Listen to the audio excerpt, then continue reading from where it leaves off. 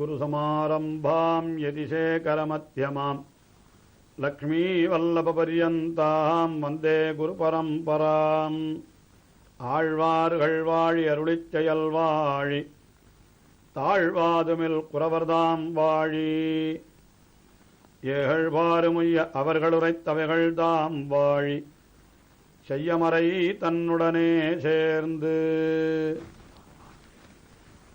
திருமாலை என்கிற திவ்ய பிரபந்தத்தை அருளிச் செய்த தொண்டரடிப்புடி ஆழ்வார் தொடர்ந்து திருவரங்கநாதனை திருப்பள்ளி உணர்த்தும் விதமாக திருப்பள்ளி எழுச்சி என்கிற திவ்ய பிரபந்தத்தை அருளிச் செய்துள்ளார்.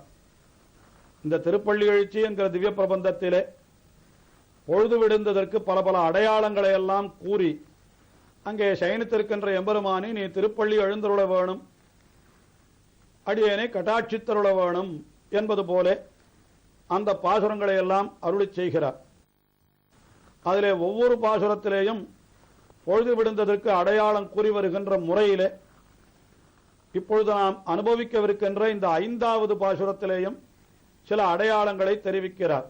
அதாவது பறவைகள் எல்லாம் ஒலி எழுப்புகின்றன, அதற்கு மேலே காற்றுகளிலேயும் கூட மலர்களுடைய வாசங்கள் எல்லாம் கலந்து வீசுகின்றன. அந்த சூரியன் உதித்தவாறே மலர்கள் மலர்கின்றன அல்லவா, அப்பொழுது அதனுடைய வாசனைகள் அந்த காற்றிலே கலந்து வீசுகின்றன என்று இதையெல்லாம் அடையாளமாக சொல்லி அந்த எம்பெருமானை திருப்பள்ளி உணர்த்துகிறார். புலம்பின புட்களும் போம்பொழில்களின் வாய் போயிற்று கங்குல் புகுந்தது புலரி கலந்தது குணதிசை கனைகடலரவம் களிவண்டு மிழத்திய கலம்பகம் புனைந்தார் அமரர்கள் புகுந்தராதிலம்மா இலங்கையர்கோன் வழிபாடு செய்கோயல் எம்பெருமான் பள்ளி எழுந்தருளாயே. புலம்பின புட்களும், புட்கள் புலம்பின என்றால் ஆண்டாள் புள்ளும் சிலம்பினகான் என்று அடையாளம் சொன்னாள் அல்லவா. இங்கே தொண்டரடிப்புடி ஆழ்வார் புட்களும் புலம்பின என்கிறார். அதாவது பறவைகள் பொழுது விடிந்தவாறே எழுந்து ஓசை செய்கின்றன அல்லவா, அந்த சப்தம் அதை தெரிவிக்கிறார். புலம்பின புட்களும், பறவைகளும் கூட எழுந்து விட்டன என்று தெரிவிக்கிறார். அதற்கு மேலே பூம்பொழில்களின் வாய் என்று அந்த நல்ல பூம்பொழில்கள் புஷ்பங்கள் எல்லாம் நிறைந்த சோலைகள் இருக்கின்றனவே, அந்த இடத்திலே இருக்கக்கூடிய என்ன ஆயிற்று, போயிற்று கங்குல் புகுந்தது புலரி. ஆக போயிற்று கங்குல் என்னால் கங்குல் இரவு போய்விட்டது, புகுந்தது புலரி என்னால் பொழுது விடிந்து விட்டது. ஆக போயிற்று கங்குல் புகுந்தது புலரி கலந்தது குணதிசை கனைகடலரவம். குணதிசை கிழக்கு திசையிலே என்ன ஏற்படுகிறது என்றால் அப்படியே எல்லாம் பெரிய அந்த கடலினுடைய ஓசை அது பெரிதாக கேட்கிறது. கனைகடல் ஒலிக்கின்ற கடலினுடைய அரவம், அதாவது கிழக்கு திக்கிலே தான் கடல் இருக்கிறது அல்லவா, அந்த கடலினுடைய ஓசையும் கூட பெரிதாக கேட்கிறது என்று இதெல்லாம் பொழுது விடுந்ததற்கு அடையாளமாக சொல்லிக் கொண்டு வருகிறவர். அலங்கலன் தொடையல் கொண்டு அடியினை பணிவான் அமரர்கள் புகுந்தனர். ஆக அமரர்கள் உன்னுடைய திருவடிகளை பணிவதற்காக அலங்கல் அந்தொடையல் கொண்டு என்று நல்ல மாலைகள், அதாவது புஷ்பங்கள் மற்றும் தொடுத்த மாலைகள் இவற்றையெல்லாம் கொண்டு தேவர்கள் எல்லாம் வந்து உன்னுடைய திருவடிகளின் கீழே, அதாவது உன்னுடைய கண்ணோக்கம் பெற வேண்டும் என்பதற்காக எதிரெதிர் இமையவர் என்று புகுந்தனர் என்று முதல் பாசுரத்திலேயே தெரிவித்தார் அல்லவா, அதை இங்கே மறுபடியும் தெரிவிக்கிறார். அலங்கலன் தொடையல் கொண்டு அமரர்கள் புகுந்தனராதலின். ஆகையினாலே எம்பெருமானே நீ திருப்பள்ளி உணர்ந்தருள வேணும் என்று தெரிவிக்கின்றவர் அந்த எம்பெருமானை என்னவென்று தெரிவிக்கிறார் என்றால், இலங்கையர்கோன் வழிபாடு செய் கோயில். இலங்கையர்கோன் என்னால் விபீஷண ஆழ்வான், இலங்கைக்கு தலைவன்.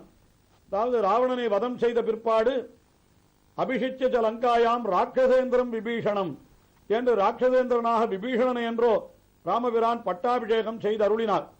அவர் என்ன செய்தார், அந்த அவனுக்கு பட்டாபிஷேகம் செய்து என்னிலங்கு நாமத்தளவும் அரசாள் என்று அவனுக்கு நியமனம் சாதித்தாராம். அப்படி அந்த விபீஷண ஆழ்வான் அந்த லங்கா ராஜ்யத்தை ஆண்டு கொண்டிருக்கிறான் அல்லவா, அவன் வழிபாடு செய் கோயில் என்கிறார். அவன் அந்த விபீஷண ஆழ்வான் தான் இந்த எம்பெருமானை திருவரங்கத்திலே கொண்டு எழுந்துள்ள பண்ணினான். அதாவது ராமபிரான் அந்த திருவரங்கநாதனை பரிசாக கொடுத்தபடியினாலே விபீஷண ஆழ்வானுக்கு அவன் இலங்கைக்கு எடுத்துச் செல்ல வேண்டும் என்று நினைத்த பொழுது வழியிலே இங்கேயே தங்கிவிட்டார் என்ற புராண வரலாறு. இன்றைக்கும் கூட விபீஷண ஆழ்வான் லங்கையில் இருந்து கொண்டு அங்கிருந்தே இந்த எம்பெருமானை வணங்கிக் கொண்டிருக்கிறானாம். அதைத்தான் இந்த பாசுரத்திலே தெரிவிக்கிறார். இலங்கையர்கோன் வழிபாடு செய் கோயில் எம்பெருமான் பள்ளி எழுந்தருளாயே. அப்படி லங்காசுரனான லங்காதிபதியான அந்த விபீஷண ஆழ்வான் தொழும்படியான ரங்கநாதனே, நீ எழுந்திருக்க வேணும், திருப்பள்ளி உணர வேணும். அந்த விபீஷண ஆழ்வானுக்கு அருள் புரிந்தது போல எங்களுக்கும் நீ அருள் புரிய வேணும் என்று இந்த பாசுரத்திலே அருளி செய்கிறார். மேலே 6வது பாசுரத்திலே, கீழே 5வது பாசுரத்திலே என்ன தெரிவித்தார்? அப்படி தேவர்கள் எல்லாம் அப்படி வந்து சேர்ந்தார்கள், அலங்கலன் தொடையல் கொண்டு அமரர்கள் புகுந்தனர் என்று தெரிவித்தார் அல்லவா? அந்த அமரர்கள் என்னால் யார் யார் என்று அதை அடுத்த 6வது பாசுரத்திலே தெரிவிக்கிறார். மணிநடந்தேருடைமிவரோ இறையவர் 11 விடையருமிவரோ மருவிய மயிலினன் அருமுகன் இவனோ மருதரும் வசுக்களும் வந்து வந்தீண்டோடாடலம் பாடலம் ஏரம் குமரதண்டம் புகந்தேண்டிய வெள்ளம் அருவரணையனின் கோயில் முன்னிவரோ அரங்கத்தம்மா வள்ளி எழுந்தருளாயே. தேவர்கள் என்றால் யார் என்றால் வேதம் சொல்லுகிறது. ஏகாதச ருத்ராகா துவாதச ஆதித்யாகா என்று 12 ஆதித்யர்கள், 11 ருத்ரர்கள் மற்றும் அஷ்ட வசுக்கள் என்று உபாவஸ்வினவ் என்று அஸ்வினி தேவதைகள் 2 பேர் என்று இப்படி 33 கோடி என்று தேவர்களை எல்லாம் சொல்லி இருக்கிறது வேதம். அந்த கணக்கிலே அவர்கள் அத்தனை பேரும் வந்து விட்டார்கள் என்கிறார் தொண்டரடிப்புடி ஆழ்வார். இரவியர் மணிநெடும் தேரோடும் இவரோ. இரவியர் என்னால் அந்த துவாதச ஆதித்யர்கள் 12 ஆதித்யர்களாம். அவர்கள் 12 பேரும் தங்கள் தேரோடு வந்திருக்கிறார்களாம். இவரோ என்றால் இதோ இருக்கிறார்கள் என்று காட்டுவது போல தொண்டரடிப்புடி ஆழ்வார் இவரோ இவரோ இரவியர் மணிநெடும் தேரோடும் இரவியர் என்று தேரோடு வந்திருக்கின்ற இப்படிப்பட்ட 12 ஆதித்யர்கள் என்று தெரிவித்தார். அதற்கு மேலே இரவியர் மணிநெடும் தேரோடும் இவரோ இறையவர் 11 விடையரும் இவரோ. 11 விடையர் என்னால் 11 ருத்ரர்கள். அந்த 11 அவர்களெல்லாம் இறையவர் இவரோ என்று அந்த ஏகாதச ருத்ரர்கள் அவர்களையும் காட்டினார். அதற்கு மேலே மருவிய மயிலினன் அருமுகனிவனோ என்று சுப்பிரமணியனும் கூட தன்னுடைய வாகனமான மயிலோடு கூட அங்கே வந்திருக்கிறானாம்.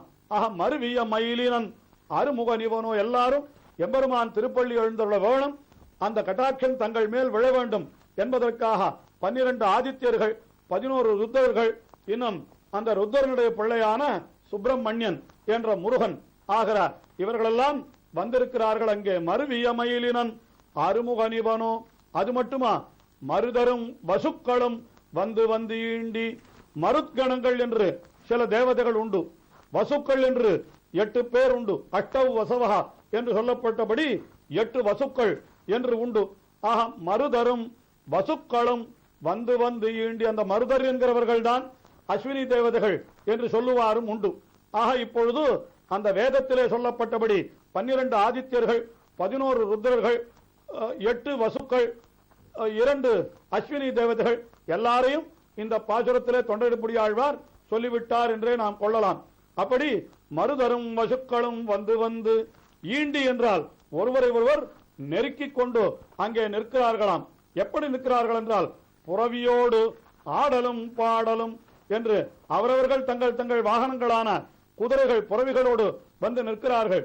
எம்பெருமான் திருப்பள்ளி உணர்வதற்காக அங்கே ஆடலும் பாடலும் கூட நடைபெறுகின்றதுதான். ஆஹா, குமரதண்டம் புகுந்து. குமரதண்டம் என்னால் தேவர்களுடைய கூட்டம். தேவர்கள் என்னால் யார் என்று இப்பொழுது கீழே நாம் பார்த்தோமே, இவர்கள் எல்லாம் தான்.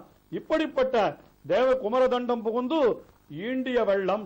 அப்படிப்பட்ட அந்த தேவர்கள் எல்லாம் வந்து வணங்கும்படியாக எழுந்தருள் இருக்கின்ற எம்பெருமான். அவன் எங்கே எழுந்தருள் இருக்கிறார் என்றால் அறுவரை அணைய நின் கோயில் முன் இவரோ என்று. இந்த திருவரங்கம் பெரிய கோயில், அது எப்படி இருக்கிறது என்றால் ஒரு பெரிய மலை போல இருக்கிறது என்றார். அறுவரை அணைய நின் கோயில், ஒரு அறுவரை போல அரிய மிகவும் அருமையான ஒரு மலை போல இருக்கிற ஒரு திருவரங்கம் பெரிய கோயில். அந்த கோயில் முன்னாலே இந்த குமரதண்டம் புகுந்தது என்று இந்த அமரர்களுடைய கூட்டம், அதாவது 12 ஆதித்யர்கள், 11 ருத்ரர்கள், அஷ்டவசவா என்று சொல்லப்பட்ட 8 அஸ்வினி தேவதைகள், மருத்கணங்கள், இன்னும் சுப்பிரமணியன் என்று எல்லாரும் அவரவர்களுடைய தேர், குதிரை, மயில் முதலான தங்களுக்கே உரிய வாகனங்களோடு அப்படி முன்னாலே வந்து நிற்கிறார்கள். ஆகையினாலே அப்படி அறுவரை அணைய நின் கோயில் முன் இவரோ என்று இத்தனை தேவர்களும் உன் கோவில் முன்னாலே வந்து நிற்கிறார்கள். ஆகையினாலே பொழுது விடிந்து விட்டது, நீ எழுந்திருக்க வேண்டும் என்று அந்த எம்பெருமானை அரங்கத்தம்மா பள்ளி எழுந்தருளாயே என்று அந்த திருவரங்கநாதனை பள்ளி உணர்த்துகின்றார். ஆஹா, அத்தனை தேவர்களும் அவன் முன்னாலே வந்து நிற்கிறார்கள் என்று சொன்னால் அப்பொழுது இவன் தேவர்களுக்கெல்லாம் தேவன், ராஜாதிராஜ சர்வேஷாம் என்று மனுஷருக்கு தேவர் போல தேவர்க்கும் தேவாவோ என்றெல்லாம் ஆழ்வார்கள் மற்ற ஆழ்வார்களும் அருளி செய்தபடி எல்லா தேவர்களுக்கும் இவன் தெய்வமாய் இருக்கிறபடியினாலே இவனுடைய கட்டாட்சம் தங்களிடத்திலே விழ வேண்டும் என்பதற்காக அதிலேயும் அவன் திருக்கண் நோக்கம் அப்படி முதலிலே செங்கண் சிறிதே எம்மேல் விழியாவோ என்று இவர்கள் அப்படி அந்த திருவரங்கம் பெரிய கோயில், அது மலை போல் இருக்கக்கூடிய கோயில், அதனுடைய வாசலிலே வந்து காத்து கொண்டிருக்கிறார்கள். எல்லோரையும் கட்டாட்சிப்பதற்கு அந்த தேவர்களை மட்டுமல்ல அடியோங்களையும் கட்டாட்சிக்க வேண்டும். ஆகையினாலே அரங்கத்தம்மா நீ பள்ளி எழுந்தருளாயே என்று இந்த பாசுரத்திலே அந்த எம்பெருமானை திருப்பள்ளி உணர்த்துகிறார் தொண்டரெடுப்புடி ஆழ்வார். இன்னும் அவருடைய அனுபவம் தொடர்கிறது. தொடர்ந்து அனுபவிப்போம்.